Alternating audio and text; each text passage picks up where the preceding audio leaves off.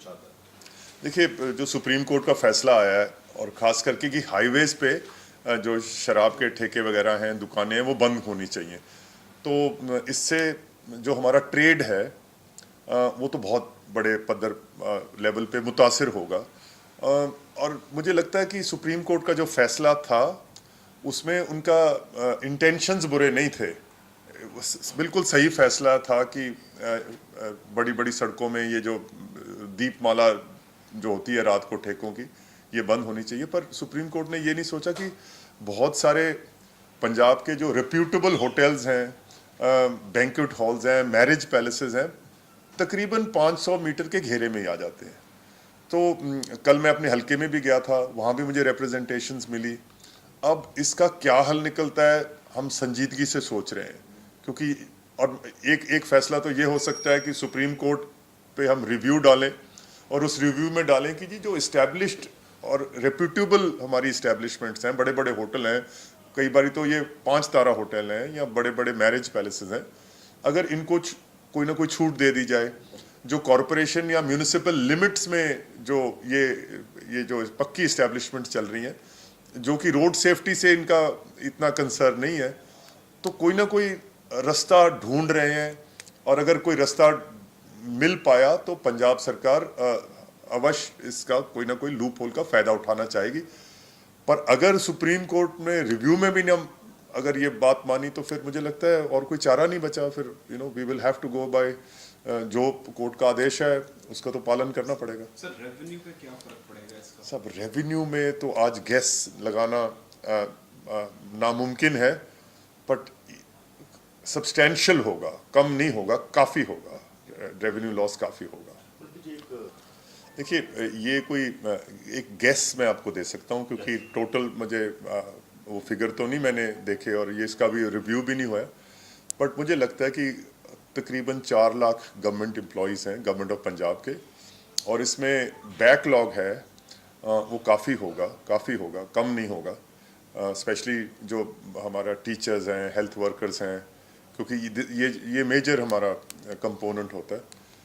Backlog होगा, और हमने ये भी फैसला किया है कि जो भी रिक्रूटमेंट अब होगी आइंदा से, और कुछ ऐसे एरियाज हैं जिसको अंग्रेजी में बोलते हैं क्रिटिकल कोर स्टाफ, तो ये आउटसोर्स या टेम्पररी या कॉन्ट्रैक्चुअल नहीं होंगी, वो परमानेंट हम रिक्रूटमेंट करेंगे।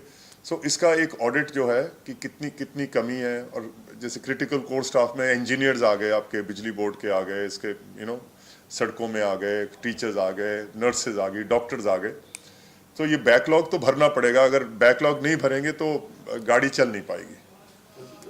क्या लगता है इससे सरकार की क्षमता पर असर पड़ता है? जो डिपार्टमेंट्स हैं, जो गवर्नमेंट की ओवरऑल एक आउटपुट आनी चाहिए, वो आपको लगता है वो आउटपुट नहीं आता? डेफिनेटली जैसे कुछ ऐसे डिपार्टमेंट्स हैं जिनको रेवेन्यू अर्निंग डिपार्टमेंट्स कहते हैं, जैसे एक्साइज एंड टैक्सेशन है, जैसे हमारे ये जो तहसील वगैरह में होते हैं, तो अगर वो आपकी फुल स्ट्रेंथ में नहीं होंगे तो ऑब्वियसली आपका रेवेन्यू कलेक्शन में फ़र्क पड़ता है। नॉट ओनली दैट, दूसरा अगर आप टीचर्स और हेल्थ एंड डॉक्टर्स वगैरह में कमी आती है तो आपकी जो नेक्स्ट जनरेशन है, उनकी जो सोशल स्किल्स हैं, ह्यूमन रिसोर्स है, वो उसमें कमी आती है। सो ऑब्वियसली अगर सरकार अपना पूरा बोझ नहीं उठा पा रही तो पंजाब की जो पॉपुलेशन है वो हर लिहाज से इससे अफेक्ट होएगी। जी, आपने जो एक्साइज पॉलिसी रिव्यू की थी उसके अंदर कहा गया था कि पंजाब में जो अभी शराब के ठेके चल रहे थे उनकी संख्या में कमी लाई जाएगी, लेकिन अभी अगर बरनाला हल्के की बात करें, आसपास के हल्कों की, वहाँ पर तो बिल्कुल ही जो शराब का कारोबार है वो ख़त्म होता नज़र आ रहा है। तो ऐसे में अब क्या, जो आपने कहा था कि सरकार भी चलाएगी, तो कुछ ऐसा आंकड़ा तैयार किया गया है कि कितने? नहीं, ऐसे नहीं है कि दरअसल मैनिफेस्टो में ये हमने छापा था कि हर साल जो लिकर वेंड्स हैं, ठेके हैं, उनमें कमी करी जाएगी, और जो लिकर का जो कोटा आता है तो कोटे में भी हम कमी लेके आएंगे। सो इस साल अगर आप लिकर पॉलिसी पढ़ें तो हमने 500-600 वेंड्स जो हैं वो कम किए हैं। लिकर शराब का जो कोटा है, कोटे में भी कमी लाए हैं।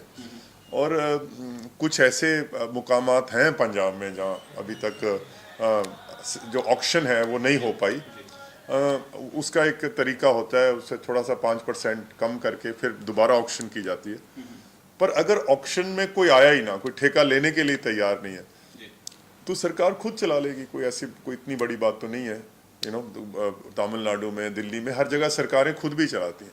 सो आई एम नॉट रियली मैं इतना इससे वरीड नहीं हूँ, फिक्रमंद नहीं हूँ कि ये अगर कोई ना आया तो फिर इसका मतलब शराब बेच ही नहीं पाएंगे, पर जितनी कम बिके उतना ही मैं तो उससे खुश हूँ। रेवेन्यू का फर्क पड़ेगा अगर ऐसा कुछ होता है?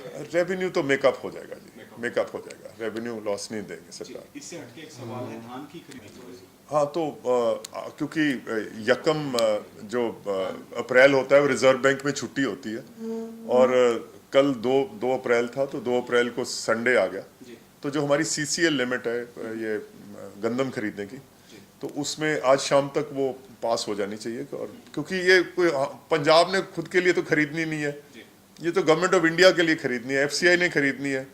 अगर उन्होंने खरीदनी है तो वो पैसे दे देंगे, अगर उन्होंने नहीं खरीदनी तो वो नहीं देंगे। तो मुझे लगता है उनको खरीदनी है, उनकी ये ज़रूरियात है, वो CCL लिमिट पहुंचेगी। कितना धान जो है वो मंडी में आने की? इस बार तैयारी जो है 1,05,00,000 मेट्रिक टन की है, बट इस साल हम ये भी एक्सपेक्ट कर रहे हैं, हमारा अंदेशा है कि इस बार फसल बहुत बढ़िया है पंजाब में। अगले 3-4 दिन में, अब मौसम खराब, तो मैं रोज अखबार पढ़ने से पहले भी वेदर चार्ट पढ़ता हूँ। इस शायद थर्सडे को बारिश और ओले वगैरह पंजाब में पड़ने का अंदेशा है।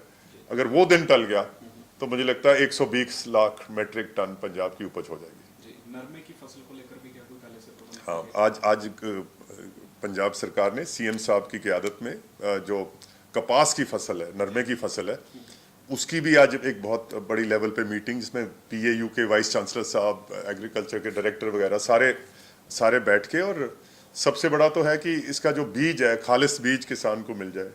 बीज के बाद जो कीड़े मार दवाइयाँ हैं उनका रिप्यूटेबल कंपनीज, उनका स्टॉक वगैरह हो।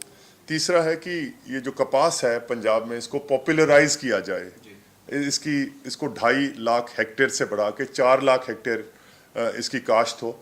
तो ये सारे जो मसले थे वो उन पे ज़ेरे गौर हुआ आज। जी सर, एक आत्महत्याओं का सिलसिला जो किसानों का है वो रुकने का नाम नहीं ले रहा। आज भी एक किसान ने ट्रैक के आगे कूद के आत्महत्या की है, 2 दिन पहले भी ठगी का शिकार है।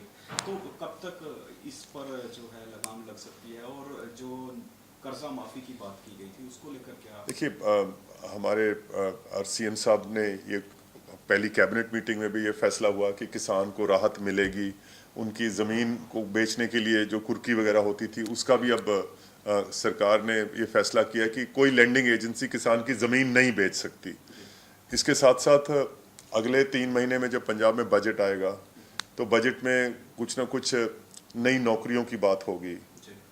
हर घर में रोज़गार की जो बात की गई है कि किसान पे कैसे ना कैसे थोड़ा थोड़ा प्रेशर जो है वो कम होता जाए। तो मैं तो पंजाब के किसान, और बड़ा बावकार किसान है, उनको अपील करूँगा कि यार रब का वास्ता है, ये काम मत करो, थोड़ा सा अपना दिल जो है मजबूत करो, और अगले साल 1.5 साल में हम आपको पटड़ी पे, राह रास्त पे आपके जो भी मसले हैं उन मसलों का कोई ना कोई हल निकालने की कोशिश करेंगे।